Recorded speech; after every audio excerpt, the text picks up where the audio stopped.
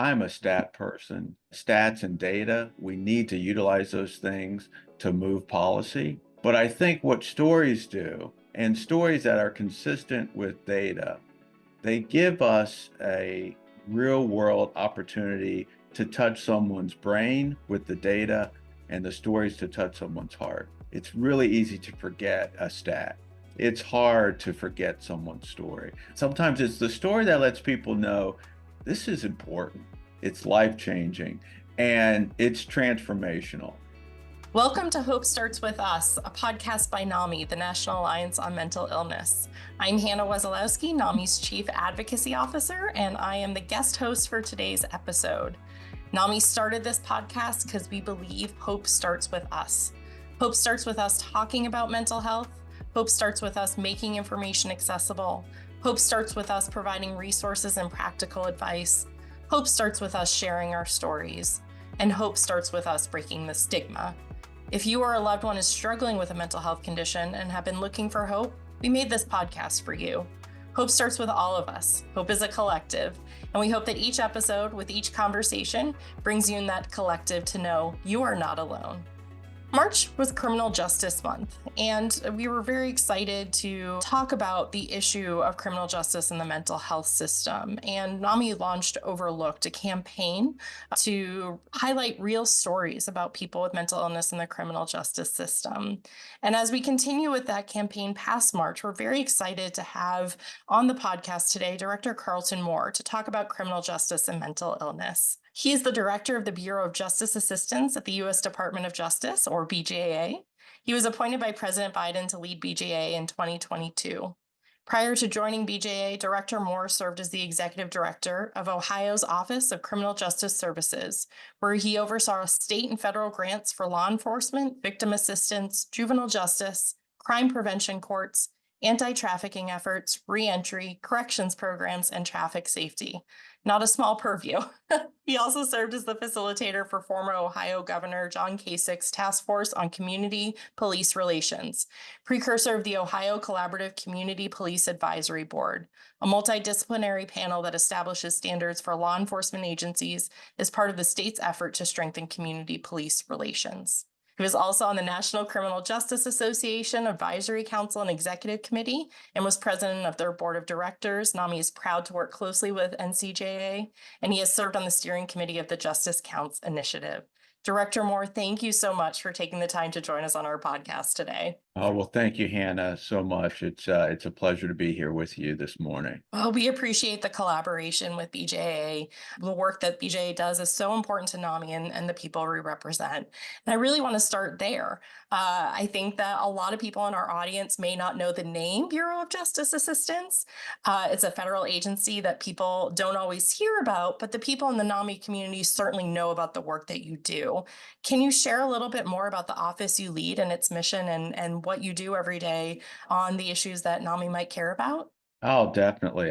Let me start by just mentioning, prior to coming to BJA, I spent a lot of time working with NAMI Ohio, and had great engagement with them. So I'm very pleased to be able to have the opportunity to continue this relationship while I'm at the Bureau of Justice Assistance. I worked very closely with BJA, and I know it is known amongst a lot of criminal justice practitioners and stakeholders, but I'm always happy to be able to share a little bit more about our work. So I'll give you kind of a short view, and then we can, as we discuss a little bit more, we can talk a little bit more about some of the specific work that we do at BJA.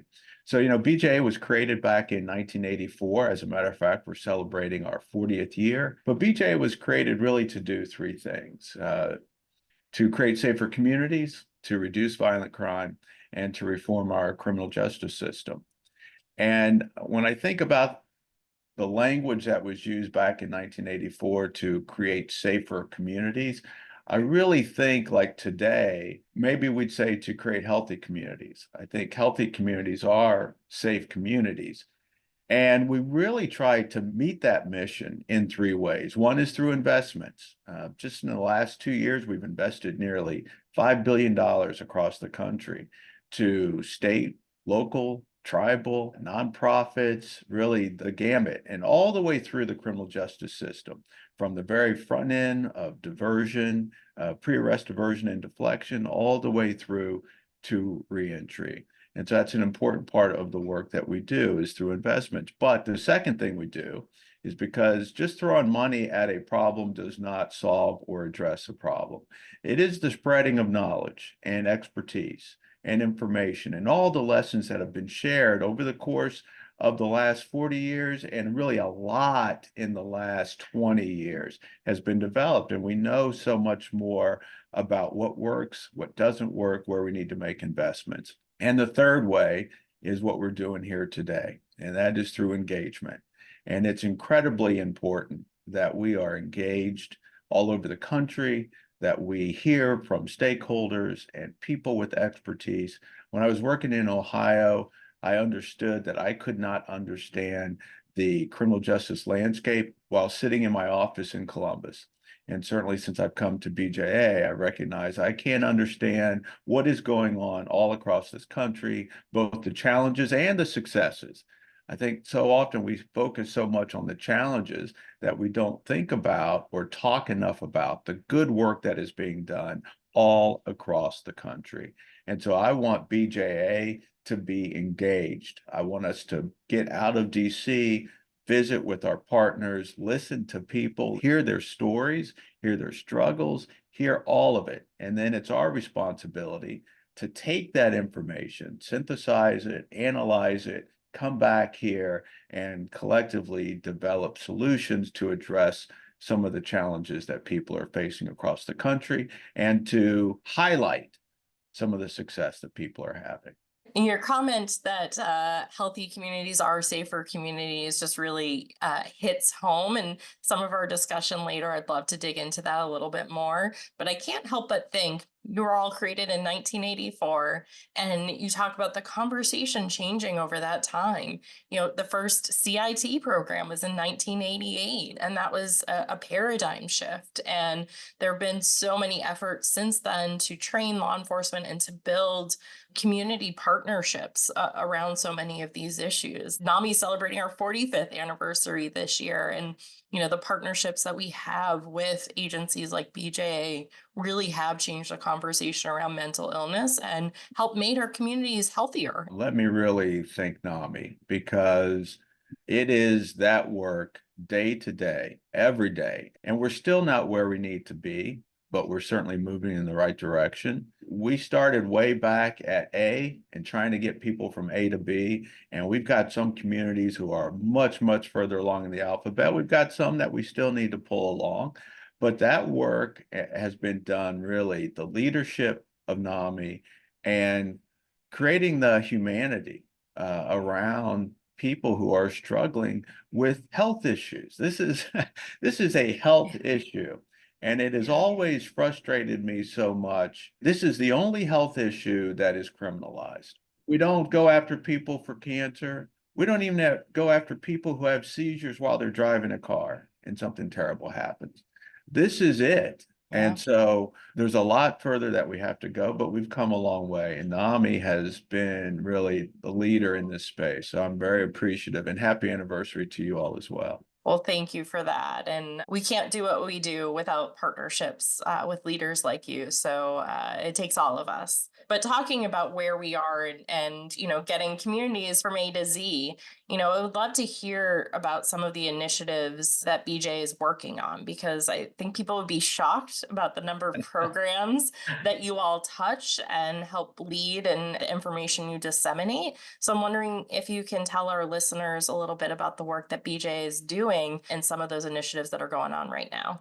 Yeah, I can touch on just a few because I'm not sure how much time we have. I will I Fair. will touch on some of the things that we are doing. Some of them have matured a great deal. I'll start with our Justice and Mental Health Collaboration Program, and that started way back in 2006. So we've been at this for nearly 20 years through this program. It's really about cross-system collaboration and trying to make sure that we have the type of engagement and type of collaboration that's necessary. For a lot of people, that first engagement that they have with the justice system is law enforcement. And being able to create the right types of collaborations that allow for people to get to where they need to be and recognition of where people are and what they're actually dealing with is an important aspect of this. Now, despite the fact that that program's been around for a long time, we struggled a little bit trying to get to law enforcement. And really, some of it, I think, was around maybe around the language, and language matters a great deal. And so we created underneath JMHCP the Connect and Protect program. So Connect and Protect is specifically for law enforcement. And I've been able to see some great programs around the country, some great work that's been done. We focused a lot on co-responder models. And now there are not even co-respond, there's just a different response. And that has been amazing to see. We have a number of mental health learning sites across the country. And that's the thing I really want to capture in this conversation. I was just having a conversation right here in DC with the district, and they have sent people to other policing agencies who they think do a really good job. We do a lot of peer-to-peer work. And we send people all across the country to better understand exactly what this looks like in real life. It's one thing for us to talk about it, and we do. We talk about it, and God, that sounds good. But maybe it's kind of the way I learn. But some of these things, I wanna feel them. I want to get a real understanding, and then I want to talk to the people who are actually doing the work and hear what exactly it is like. I was sitting in a meeting not that long ago, and Amy Solomon, the AAG over the Office of Justice Programs, she was making this point: when all you have is a hammer, everything looks like a nail. Mm, And for a mm. long time, we have equipped people only with hammers. We're equipping them with so much more, so much more. Prior to CIT and coming from Ohio, I'm sure we're a big CIT state. We have trained Yes, we love so that. Yes. so many police officers in CIT. But coming from Ohio, I've been able to watch it throughout my career, the Mm, change in the approach. And I think sometimes it's unfair. You take people, you put them in a situation, you don't train them for it. And all of a sudden, they've got to make split-second decisions about how to proceed. And so I think all of these things together have put us in a much better position to train people in order to make better decisions and provide better response. But there's a number of things. Like I said, we have the law enforcement mental health learning sites. We have the police mental health collaborations. We've developed a lot of things. We are an innovation organization. And so we're always trying to look around the corner for the next iteration of how we can take practice further.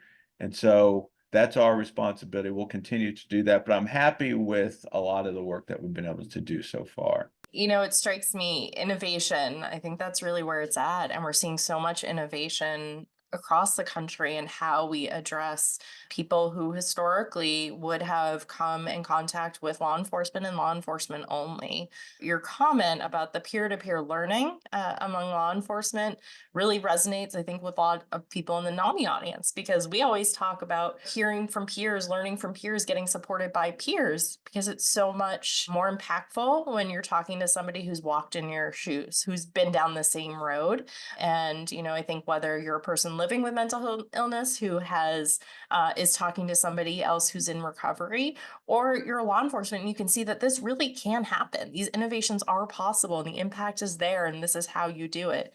Has such a big impact on giving people the support they need to really think differently. So I appreciate your focus on making those innovations happen. I agree with you so much. The importance of peer-to-peer learning, that it just comes with a different level of legitimacy. And I've had the opportunity to talk to people who have struggled with whether it's mental health challenges or substance use disorder or whatever the case may be. And the ability of them to be in a position to support people who they've gone through this experience. I think it resonates better with people. And the other thing is, and I don't want it to make it seem like um, peer to peer, it's only good for peer support because that's not the case. It also, as you know, allows people to develop programs that are more responsive to the very people they're trying to serve. For too long, for way, way too long, the criminal justice system, the public health system, we have kept people out who we need to hear from, learn from, and understand what their Mm, experience is like. You know, every other industry in the world, they are so focused on what do our customers think? What do our yeah. customers think? What do the consumers of our services think about the services that we're provided? And for way too long, it's been like, no, no, no, we know. Well, we don't know. There's a lot we do know, but there's a lot that we need to learn. So I think it's an important thing that has happened, and we need to do more of it. We appreciate that. We always try to make sure when solutions are being discussed on how to support people with mental illness, that people with mental illness are at the table. But it also takes the mental health system. It takes, policymakers who are going to be helping implement these changes. It takes a community. And so that approach is very much appreciated and I think has so much more benefit to all of our communities by making sure those important voices are all at the table. Absolutely. Right now we are seeing a lot of change, and I would say rapid change in how our communities are looking at mental illness in the criminal justice system. I'm hoping you can speak a little bit about why you think that's happening now and really what the administration is focused on in terms of addressing some of the challenges we have with criminalization of mental illness as well as the mental health crisis in this country. There's so many reasons, I think, why we've seen things progress the way they have. You know, I started off talking about the work of NAMI. I think it's hard to work in this field and not have, at least at some point, heard the name NAMI. I think there has been, as a society, just a growing recognition. We're not where we need to be. I would never say mission accomplished, but even in language that you see in movies and TV, it's so different. I mean, go back and watch the shows I watched growing up and listen to the way people were described. And now it's so different in so many instances. So there's been a lot of progress. I think the other thing, I think it's too bad that we have to go through this in order to be more empathetic. But so many people now, it used to be a those people problem. It doesn't impact me, it's somebody else who's Right. dealing with that. And it's so incredibly frustrating to me that for way too many of us, we have to be personally impacted by something to care. But the reality is, as our understanding has gotten better, people's understanding of their own family members, of friends, of loved ones has gotten so much better. And we have become more empathetic. I would compare it in many ways to the meth and the opioid crisis. You know, our response to drug use used to be very, very different. And although people have lots of thoughts of why our response is different now, the fact that so many people have been impacted, whether it was through meth or whether it was through opioids, it has allowed them to see humanity in people and the health challenge that people were dealing with that they didn't see as a health problem before. And I think we're seeing the same thing on the mental health side. But I also think we have new leaders. We have new leadership. We have people who have grown up where there's always been a CIT officer. And now those people are taking over organizations, large and small, and they have an understanding of this in a very different way. And the one thing I don't want to underestimate, is the younger generation. They don't see stigma associated with having mental health challenges. They discuss them. They talk to their friends about them. They share it. I facilitated a discussion around it's kind of around work and mental health and things like that. And we split up the panelists. They represented different generations, right? I mean, you could see the steady difference in the importance of work-life balance and mental health. And the Gen Zer was very in touch with not only do I want my mental health to be taken care of while I'm working, I want to make sure after the fact, and they wanted to make sure that the people they were responsible for were also had their mental health needs taken care of. So I think as we get further and further away from the stigmatization of mental health and more people who have grown up with mental health being just like cancer or just like diabetes or just like any other thing that people struggle with, I think we'll get closer and closer to the point where we will see the decriminalization of mental health and addressing it as the health crisis that it actually is. You know, what you said about younger generations, their perspectives and what they demand in terms of Right. what society looks like is so different and so refreshing and is really taking us to a different place. And NAMI has what we call NAMI Next Gen, a group of young advisors. We have a new class each year, hundreds of applications for 10 spots that we bring in to really help us think about what should we be doing different? How do we reach younger people? But also, how do we change our mindset as we all adjust to changing perceptions? Finally, that've been so Right. important. It warmed my heart to hear you say that you think everyone in this space has at least heard of NAMI.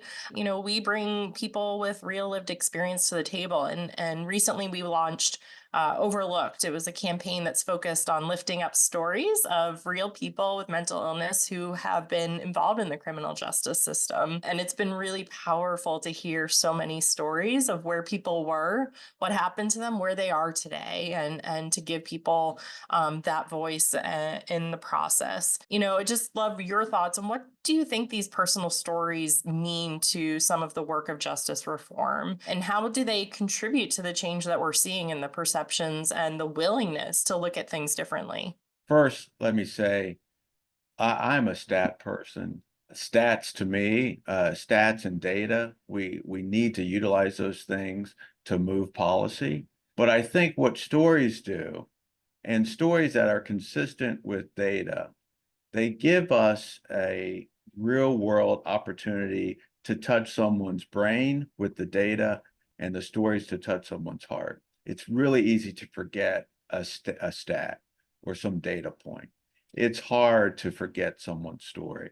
I'm sure there are stories that you heard 14, 15 years ago that you could probably still share right now because they impacted you so much. There might have been a stat shared in that, but it didn't have the same impact. So, as a person who thinks we need to utilize data more, I don't ever want us to become a policy by anecdote. And I think that happens too often. And sometimes we end up with some pretty bad laws because we don't look at the story that the data is telling as well. I love when I have an opportunity to give a speech to talk about the data and then pivot to a story that lays out why this is so important, why this policy matters, why this practice matters, why this person matters, and how this person is not a data point.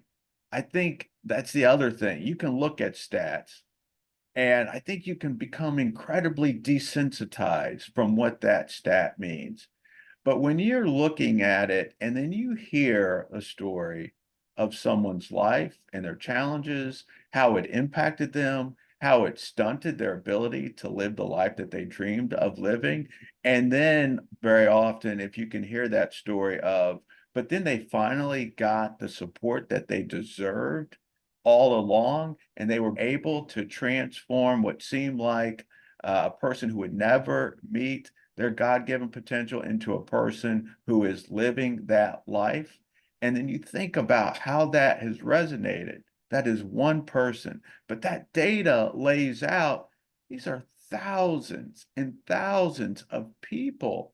So I always like to be able to utilize some type of story to get to people. And sometimes it's the story that lets people know this is important. It's life-changing and it's transformational. And when you talk about the criminalization of certain activities, that transformation can go the other way because now we all know the stats and we all know the data. The moment a person spends time in jail, spends time in prison, how that increases the likelihood that their kids are going to spend time or that they're going to continue to have those same types of engagement. So I think the stories are incredibly important. Yeah, well, thank you for that. We always say facts inform and stories move, and they're both so critical to the conversation. And it has been a real honor to work with so many advocates and making their story matter and have an impact. Because the data is telling us what we need to do or where we can have an impact, but those stories do really imprint it on people's hearts and help move that progress forward. So switching gears a little bit here, one of the things that NAMI has been really involved in is the implementation of 988 and expansion of mental health crisis services. We think this has the potential to be a game changer in how communities look at the crisis continuum of care, and it's creating a lot more opportunities for diversion and shifting some of the responsibilities that we have traditionally seen resting on law enforcement shoulders to other partners in the community. I would love to hear more about what BJA is doing in this space. I know you referenced work on co-responder models earlier, but how do you think that this can help communities really reduce incarceration and criminal justice system involvement?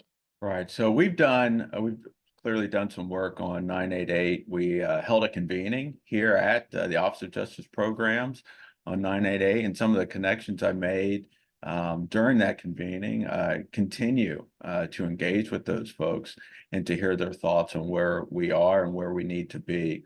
And I'll give it somewhat of a personal spin, although I don't want to make anything about me. But one of the things that I have experienced in my life is having someone very close to me who struggles with mental health challenges.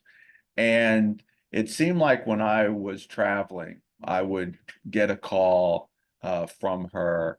I could hear in her voice that whatever it was, wherever she was the last time we had talked, that she was breaking down and breaking down quickly.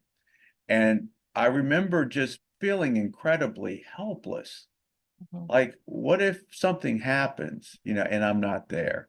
What if someone calls the police on her and I'm not there? So I would say 988, even for me personally, has given me a certain peace of mind. Probably anyone who listens to this podcast knows this.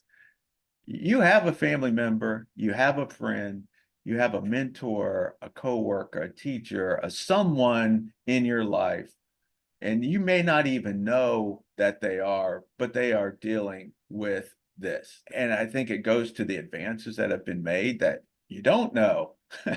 Very often you don't know. But what would you want in those moments? And I think 988 should give us a lot of peace of mind. I think it does a couple of things. One, it takes a lot of load off of police officers. Mhm. And as we are dealing with the recruiting and retention challenge, to be able to take anything to reduce some of the things that we put on law enforcement. But I think the most important thing it does is that it allows us to make sure the people with the entire full toolbox get to show up on the scene and get better outcomes. And I know there's always concerns about safety and things like that. That's part of the thought behind the co-responder models. But from the things that I've been able to look at and read, the outcomes seem to be much better. The ability to de-escalate seems to be much, much better. And I think it just really has a chance to make sure that we get the right people dealing with whatever this challenge, whichever way it manifests itself. Yeah. So, I mean, so well said. And, for a lot of people still learning about 988, I mean, one, it reduces the need for an in person response because so many crises Yeah. can be addressed over the phone and people connected to supportive services in their community.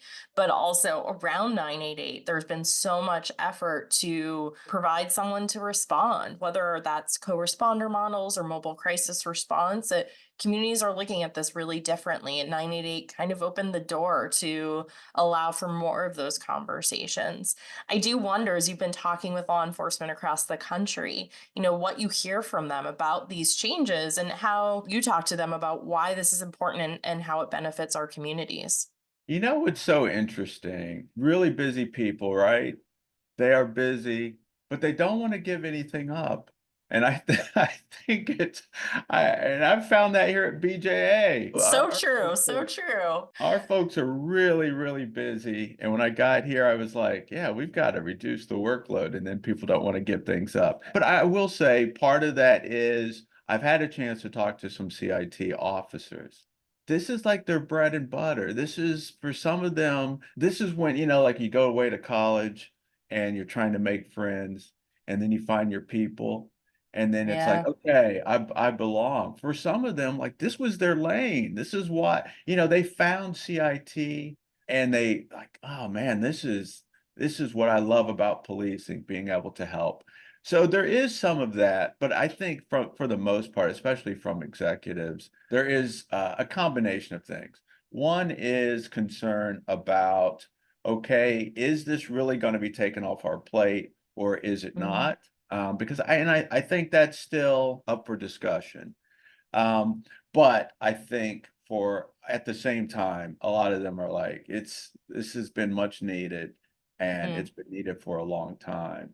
And I want to say just one thing as we're talking about mental health and talking about co-responders. One of the things that we found in co-response, who one of the biggest beneficiaries is of having a mental health clinician sitting right next to them? It's the police officers wow. finally have someone who they can talk to about the challenges. And there's been a big push in health and wellness for Yes. policing and other first responders. But that person sitting right there, being able to talk to them and almost like get some support while they're doing this job has been incredibly beneficial to police officers as well. Wow, that's such a great point that I hadn't even thought about, but I can imagine it makes a big difference in their lives. They carry a heavy burden, and we know the mental health of law enforcement is a huge concern in this country. So that's something that's really interesting for us to think about as these programs are implemented. And Director Moore, I just want to say you give me a lot of hope, and all of the individuals with mental health conditions and their families and their loved ones who are listening. Leadership like yours and leadership that we're seeing from so many in the law enforcement community and the justice system to really change this conversation and help people with mental health conditions get the help that they need is changing lives. So just want to say thank you to you for your leadership. And as we wrap up, we have a special section. We dedicate the last couple of minutes of our podcast to hold on to hope. And so you've dedicated your career to public service, specifically around improving the criminal justice system so it better improves or better serves our communities and improves our communities. I'm sure that comes with frustrations and challenges, and would love to hear what helps you hold on to hope in the role that you serve. Oh gosh. Well, certainly conversations like today play a big part in that. I think engaging with people, hearing someone's story. We had a COSA conference, and that's one of our grant programs. We had a speaker, she had all kinds of run-ins with the criminal justice system. I mean, I don't even know the number of times she was arrested. It was some incredible number, right? And she got her life together. I think she went through a drug court, got her life together, whatever. And she said, I'm finally the person I dreamed about being when I Mm, was just a little girl. And it's wow. like when you hear something like that and you're like, how can you not be hopeful? But I will say this, not only does it make you hopeful, But I think people who do this work, they need to hear that. They need to hear that so they get re-energized, so they get their batteries charged, so they understand making a difference is not some theoretical academic thing that people just talk about. It actually happens in communities, person by person. People need to understand that. I have watched people's lives change. And I've seen people transform, and I know what that does for their families. And I know that they can do so much work, and they've served as an example to the community and to younger people to help them try to turn their lives around. So it's incredibly difficult for me to look at where we were and where we are. We're not where we need to be. We're not anywhere close to where we need to be, but we are so much better off than we were even in the time that I've been in my criminal justice career. We're so much better off. So I am hopeful from hearing people's stories, from working with people, from people who are so dedicated and care so much. You know, government is about problem solving. That's what it's about. It is about solving problems. And there are lots and lots of people in communities all across the country who get up every day and their thought is, how do I solve a problem? How do I fix this? How do I make things better? So it's difficult for me to be exposed to all of that and then be down or Yeah. depressed because there are lots and lots of examples of why we should be hopeful. Again, kind of pointing out the younger generation and the way they see so many issues in a very different light. I have a daughter who's at the University of Cincinnati and she's graduating this year. She's in the criminal justice department. Oh, She, congrats. thank you. And in 3 years too. So I think she got her mom's. Oh my goodness. But I get hopeful every time I talk to her about some type of criminal justice issue because I can feel the depths of how much she cares. And we just need more people like that. Well, Director Moore, I cannot think of a better way to end this conversation. Thank you for your time today. Thank you for your leadership. Thank you for your dedication to our communities and helping us all, as you said earlier, have healthier communities, and healthier communities are safer communities. So I appreciate your time, and NAMI appreciates our collaboration with you and your wonderful staff at BJA. Well, thank you so much, Hannah. It's been a real pleasure. This has been Hope Starts With Us, a podcast by NAMI, the National Alliance on Mental Illness. If you're looking for mental health resources, you are not alone. To connect with the NAMI helpline and find local resources, visit nami.org/help. Text helpline to 62640 or dial 800-950-NAMI 6264. To learn more about the work of the Department of Justice and the Bureau of Justice Assistance, please visit bja.ojp.gov.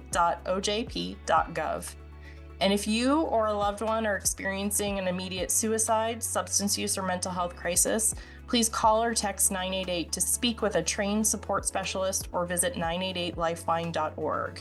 To learn how NAMI is engaged in expanding crisis response in conjunction with 988, visit reimaginecrisis.org. Thank you for listening, and be well.